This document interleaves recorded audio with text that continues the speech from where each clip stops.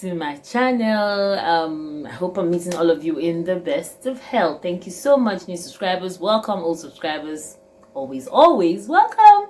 All right, today what actually prompted this video, and the topic, as you can see, is actual ingredients for making formulation of African black soap. Yeah, okay, what actually prompted this video actually was that I had a customer or a client, will I say, that reached out to me that she had a list of ingredients that she wanted to do a DIY. So usually when people come to me that want to do a DIY, I don't ask too many questions. Yes, because I noticed that some people, that when you begin to ask them questions, they tend to pick offense, and I don't know why. But literally, I only ask questions because I try to, like, for me, I feel, coming from a professional point of view, let me guide. But then I think I know better not to ask questions, mind my business. But then this list here had gotten me to a point that I was like, okay, let me speak about these things, because if I cannot speak to these clients one-on-one, probably I can speak out here, and other people like this, my clients, could pick up some interesting or important tips here. All right, she said she wanted to do a DIY, a toning black soap. Really, I didn't ask her where she got her recipes from. I didn't ask her where she got the list from. This is the list here with me because she never came back to get it back, and I don't know why. Okay, so I'm going to use it. So she said she wanted to make a toning black soap, and these were the ingredients and stroke and procedure. She was like, black soap, grate it. Okay, that's step 1. Then pound, step 2. Then add sulfur, cinnamon, camwood, sandalwood, neem powder, licorice powder, powdered milk, flaxseed powder, okay, turmeric powder, rice powder, oat flare powder, honey, coconut oil, carrot oil, shea butter, glycerin, lemon water, adding beets, and then there's this last ingredient here, snow white. Now, even an amateur, let me just start that way, with this amount of ingredients, you wonder, is it this much ingredients? No, like for me personally, I'm a firm believer of less is more. Do you know why? Because the less ingredients you put in your formulation of whatever, the better for you. Why? You have less reactions. When you put so many ingredients, you don't even know which one your skin is reacting to, which one your skin accepts, which one your skin rejects. You understand? So less is more, so that when you begin to have issues, you will quickly notice where the problem is coming from. All right, let me start analyzing this list, because this whole video is literally because of this list, you know. Okay, now she said, okay, black soap, grate it. Okay, fine, pound it. Okay, add sulfur. Yes, a good one. But the question here I ask a lot of people is, you want to make something, what is it meant for? You know, there's the difference between making a product for, let's say, the African black soap we're talking about right now. Let's say you're making a product for treatment. What are you trying to treat? Are you trying to treat acne? Are you trying to treat eczema or psoriasis? Are you trying to treat let's say hyperpigmentation? What exactly is your goal you want to achieve within that for that formulation? Literally, when someone uses this black soap, what are they going to get? Here, of course, the topic clearly states toning black soap. So obviously, this is just a black soap someone is just trying to use to tone their skin. So it means that they don't really have any issue on the skin. I don't know, because me, I'm all about what are you trying to achieve. Okay, now you're adding sulfur. Okay, fine, sulfur helps with especially acne. Yeah, cinnamon also is also anti-acne. Camwood, sandalwood. Now my whole question here is, why in one formulation you want to put cinnamon, you want to put camwood, you want to still put sandalwood? That is too much. Among these three, just choose one. If the person has acne on the skin, oh yeah, go for cinnamon. If the person has an oily skin, which literally, if you're even using black soap on its own is alkaline in nature, so I don't think it's an issue if the person with the skin is an oily skin type.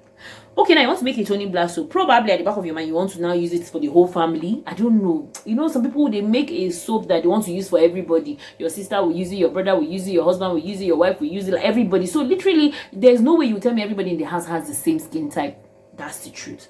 But then, let's say you're using cinnamon, camwood, sandalwood, neem powder. Okay, there's even another powder I didn't even notice. In fact, let me mention all the herbal powders here. There's the cinnamon powder, there's the camwood, there's the sandalwood, there's the neem powder, then there's the flaxseed powder, there's the turmeric powder. Are you seeing? Now, why would you want to put all of these powders when they work similar?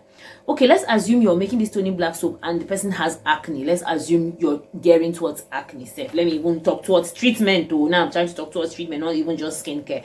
Now, literally for me, if you use your neem powder, I think it's very okay. You don't even need cinnamon anymore. You don't need sandalwood anymore. You don't need camwood, because for me, less is more. Okay, maybe you want to still go an extra mile. Fine, add your turmeric powder. It's still good. You understand? But flaxseed, why are you adding flaxseed? Because me personally, if I'm using flaxseed powder, I use it mostly for just hair products because of its jelly consistency. Yeah. So, but adding it inside black soap for bathing, for me, it's not necessary. Then you're adding rice powder, you're still adding oat powder. Like, for me, choose one. Yes, rice powder lightens, oat also lightens, and oat has anti-inflammatory, rice powder has exfoliating properties. Yes, but black soap on its own has a good exfoliating property. I hope you know that. So when you're using a base, whatever base you're using to make, which of course mostly the African black soap base is one very lovely base, think of its own characteristics on its own. Yes. Okay, so now you're going in for honey, which is okay. Coconut oil, carrot oil. Why would you want to put so much oils? Like, for me, I am not really, especially when you're making that product for all skin types, skip out the coconut oil. Yes, why I'm saying you should skip out the coconut oil is the fact that you're still adding shea butter. So why don't you just melt your carrot oil with the fact that, okay, carrot oil has a slight SPF, blah blah blah blah blah, and so many other important benefits.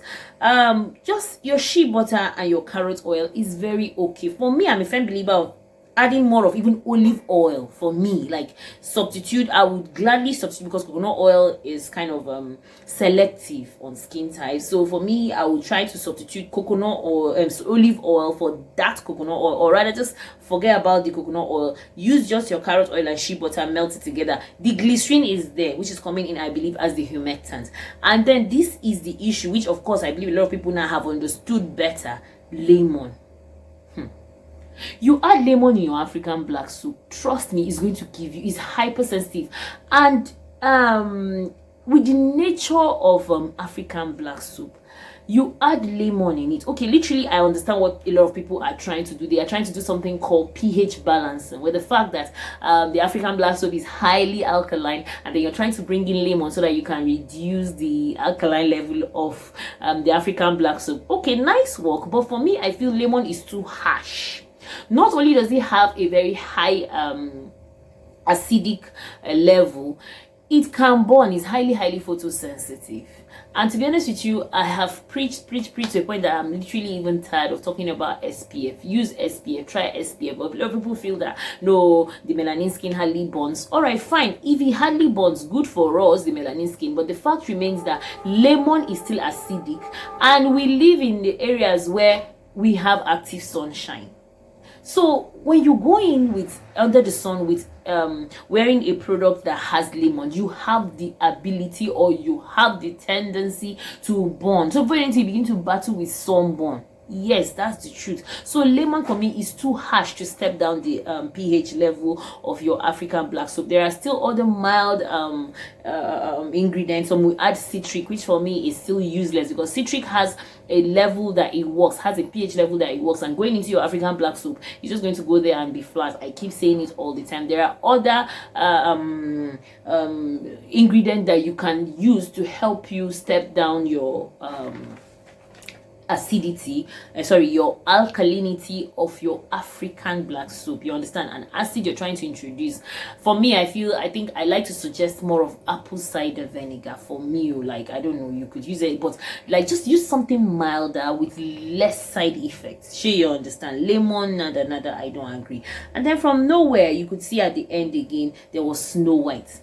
Okay, what you want is toning, and I don't really know, some people, I don't know, they mistake this toning, lightening, glow for, I don't know. I get it. I get that some people all conclude that organic is whitening, or like, see, it's really confusing out there. There are a lot of misinformations out there, and when you meet prospective clients or customers or supposed inquiry students that want to, they have a lot of wrong informations which they throw at you, and when you're trying to give them the right one, some of them would even refuse to listen. Now you're making a toning black soap. Why are you adding Snow White? Already you have your licorice powder, which is okay, because licorice has a very wide range of on the pH level. It could work. It has a very high range. It could work in your African black soap. I actually have a video where I even spoke of powders you can use in your African black soap.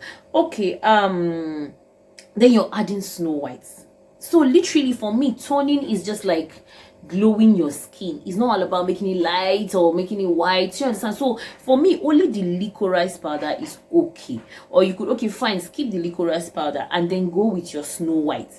Now that is the reason why I said the topic of my video is actual ingredients for making African black soap. Now you have the list of all these ingredients. For me, this a lot of these ingredients here are useless. Honestly speaking, it's just a waste of money, because all of these ingredients here, I don't know if any of you noticed, while I was mentioning the ingredients for the formulation of the toning black soap here, I don't know if you noticed there was no measurement. Yes, there was no quantity and measurements. Yeah, the black soap, they just said black soap grated, like it wasn't even giving the quantity. Is it 500 grams? Is it 650 grams? Is it 1000 grams? There wasn't any measurement. They say sulfur. How many spoons, tablespoons or teaspoons or quarter spoon, cinnamon?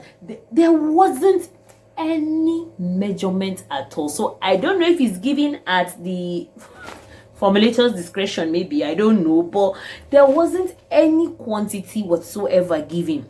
The licorice powder, definitely licorice powder has a percentage usage percentage rate. Snow White too have also a usage percentage rate, and it wasn't given. So I don't really know how this formulator intends to use this formulation formula, will I call it so, to make their formulation. Honey, nothing, everything was just given there flat. There was no size, there was no amounts, there was no grams, there was no ounce, there was no these ingredients here that really what another yes, what I'm looking like the flaxseed, it will do better in your shampoo, in your hair shampoo. I don't know if I'm trying to say to you, yes, than on the skin. Like, the thing is, a lot of people here come up with ingredients that they don't even know what. And now, okay, in the midst of all this whole thing, that's the part that I even baffling, because I had to even open the next page. There was nothing there. In the midst of the whole of this thing, there wasn't even preservative in the list. And before you know it, when you make this soap, just give it a week or two, it will spoil, it will begin to smell, and it will begin, you know, like, and then, you know, maybe I'm ranting too much, right? Okay, please don't forget to subscribe to my YouTube channel.